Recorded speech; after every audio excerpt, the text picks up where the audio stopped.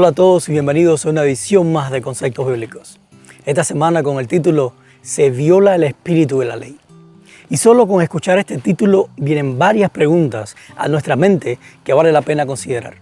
Como por ejemplo, ¿es lo mismo violar la ley que violar el espíritu de la ley? Y si es lo mismo, ¿dónde está la diferencia? ¿Será que puedo estar obedeciendo estrictamente la ley y vivir lejos del espíritu de la ley? ¿Acaso Dios demanda de nosotros una estricta obediencia de la ley? ¿Cuál es el propósito de la ley? ¿Hay algo por encima de la ley? Comencemos.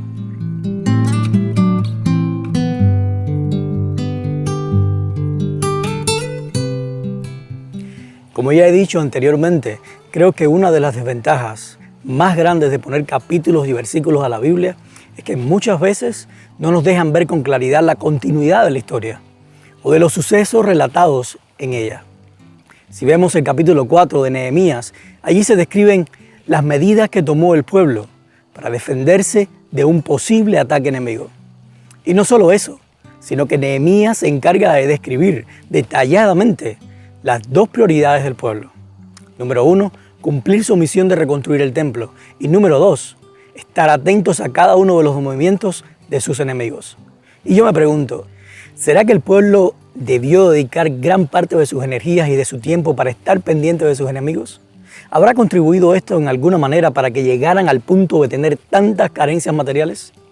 Si notamos el comienzo del capítulo 5 dice, y entonces, otras versiones dicen, y en esos días o en esos tiempos, como si diera a entender de que alguna manera que la crisis que estaban viviendo, el pueblo, estaba ligada a prioridades que habían establecido.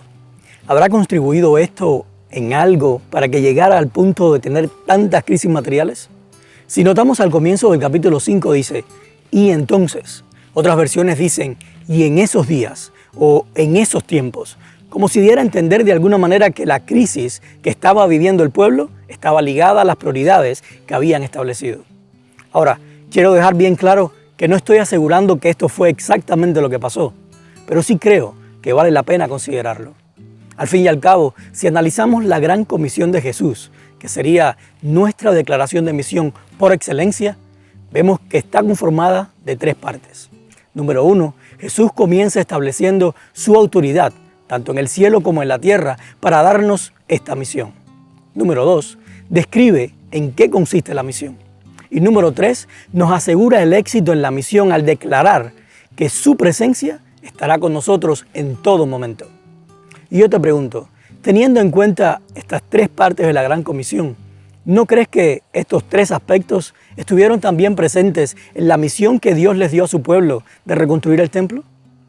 ¿Crees que si Dios está garantizando su presencia con aquellos que se unen a su misión, es necesario dedicar tiempo extra para rastrear los pasos del enemigo? ¿Acaso Pablo nos dice en Romanos 8:31, si Dios es por nosotros, ¿quién contra nosotros? ¿Crees que cuando Dios nos pide velar es para que estemos pendientes del diablo o para que no apartemos la vista de Jesús? ¿Será que muchas veces estamos más pendientes de defendernos de nuestros enemigos que de salvar a nuestros enemigos? ¿Será que estamos más pendientes de quién va a ser el originador de la persecución a fin del tiempo que de mirar a aquel que nos prometió que estará a nuestro lado o que caerían 1000 a nuestro lado y a nosotros no llegará? Me llama poderosamente la atención la reacción de Nehemías al escuchar el clamor del pueblo. Y quizás me diga, pues claro, la Biblia dice que se enojó en gran manera. Pero eso no es a lo que me refiero, porque el enojo no es más que una emoción que me alerta de que algo no está bien. Y en el caso de Nehemías, eso fue exactamente lo que sucedió al sentir enojo o indignación por el abuso de poder. A la reacción que quiero hacer referencia es a lo que dice después, en el verso número 7. Entonces, después de una madura reflexión, otras versiones dicen, después de pensarlo bien. Y esta es la clase de reacción que Dios espera de nosotros ante situaciones que nos molestan o que nos hacen saltar de nuestro asiento porque son inaceptables dentro del pueblo de Dios. Ahora, lo más interesante para mí es la palabra en hebreo que se utiliza en este verso. Y esta palabra es malaj, que en la gran mayoría de los casos significa reinar o está relacionada con hacer a una persona rey. Y solo en este verso se traduce como consultar, reflexionar o pensar bien. Esto me lleva a concluir que lo que Nehemías hizo fue ir a Dios y hacerlo rey soberano sobre sus emociones. Él sabía que se iba a hablarle a aquellos que estaban usando su poder para esclavizar y oprimir a sus hermanos, siendo controlado por su enojo. Iba a hacer exactamente lo mismo que ellos. Y entonces sería él quien pondría su posición de liderazgo para someterlos y obligarlos a hacer lo que él entendía que estaba correcto. Una gran comentadora bíblica, Ellen White, dice: el poder de la fuerza es grande para hacer daño, pero la excelencia y el valor del amor puro consisten en su eficacia para hacer bien y solamente el bien. Yo te pregunto, ¿la ley mosaica condenaba la actitud de las personas que usaban su poder para oprimir y esclavizar a sus hermanos? Cuando Nehemías aplicó la ley, ¿crees que aplicó la letra o el espíritu de la ley? Cuando requerimos la obediencia estricta de la ley a otras personas, ¿crees que estamos aplicando la letra o el espíritu de la ley? Cuando tienes un momento de enojo ante la injusticia, ¿sales presto a aplicar justicia o decides hacer a Dios rey soberano sobre tus emociones y conceptos de justicia? ¿Crees que usar la letra de la ley para condenar la actitud de otros es lo mismo que usar el poder de la fuerza para hacer daño? Dios no vive de acuerdo a leyes, sino a principios.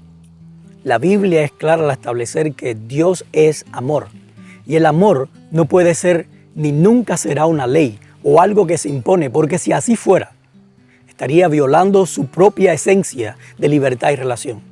El amor es por consiguiente un principio, y no cualquier principio, sino el principio. Ellen White dice: cuando el principio celestial del amor eterno llena el corazón, fluirá a los demás, porque el amor es el principio de acción que modifica el carácter, gobierna los impulsos, domina las pasiones, subyuga la enemistad y eleva y ennoblece los afectos. El amor es el único principio de acción del cual deben fluir todas nuestras acciones. Si alguna acción nuestra no está determinada por el amor, que es lo mismo que decir por Dios, entonces no sirve de nada, porque proviene de mí y yo no soy ni puedo producir amor. Es por eso que la ley o los 10 mandamientos están para resaltar y servir al principio del amor y no viceversa. El amor no sirve a la ley, es la ley la que sirve y se sujeta al amor. Cuando no comprendemos esto, podemos pretender guardar y obedecer un montón de reglas, mientras que al mismo tiempo lastimamos y herimos a personas.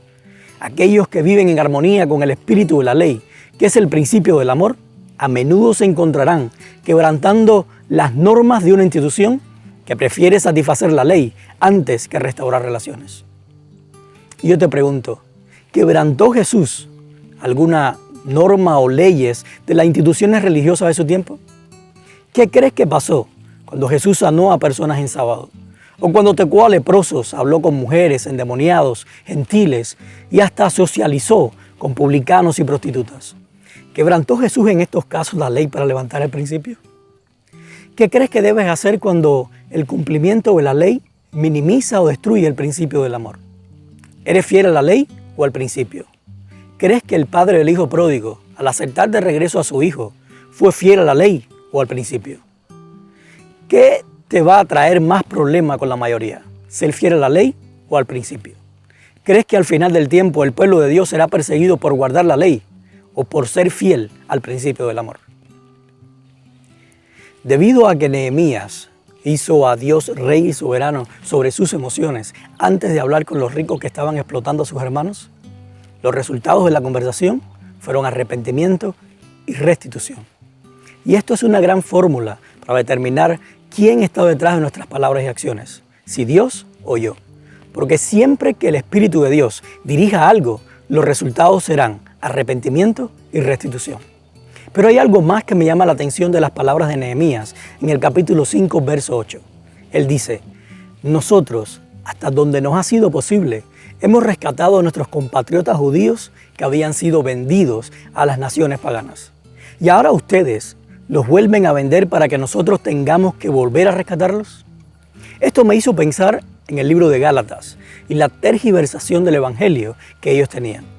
Así que usando las palabras de Nehemías y los principios expresados por Pablo a los Gálatas, llevé a nuestros días el significado de este verso. Y el resultado es más o menos así. Nosotros, por medio del Evangelio de Cristo, hemos rescatado a nuestros hermanos que habían sido vendidos al pecado.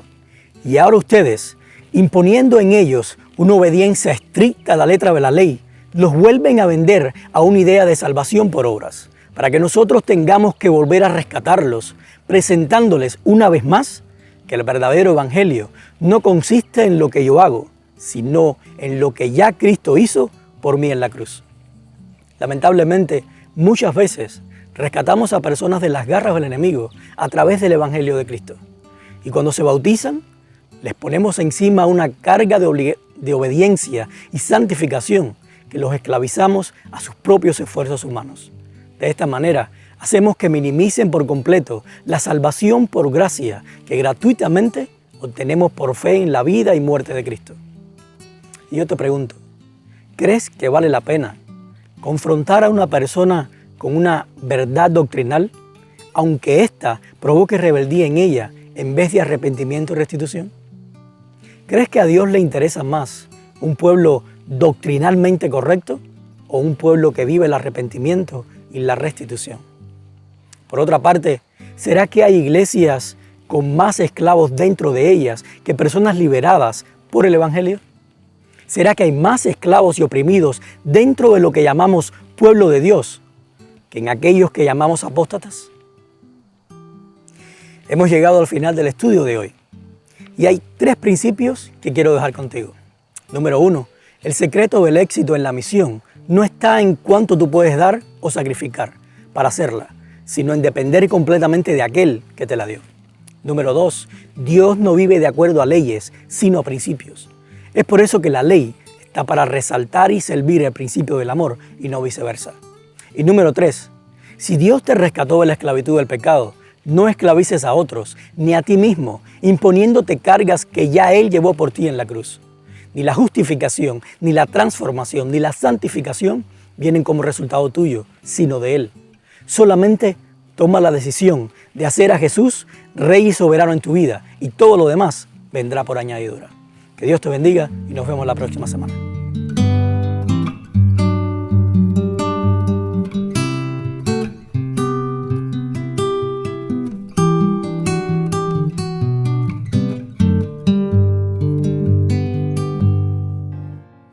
Como siempre te digo, si quieres conectarte con nosotros es bien fácil de hacerlo.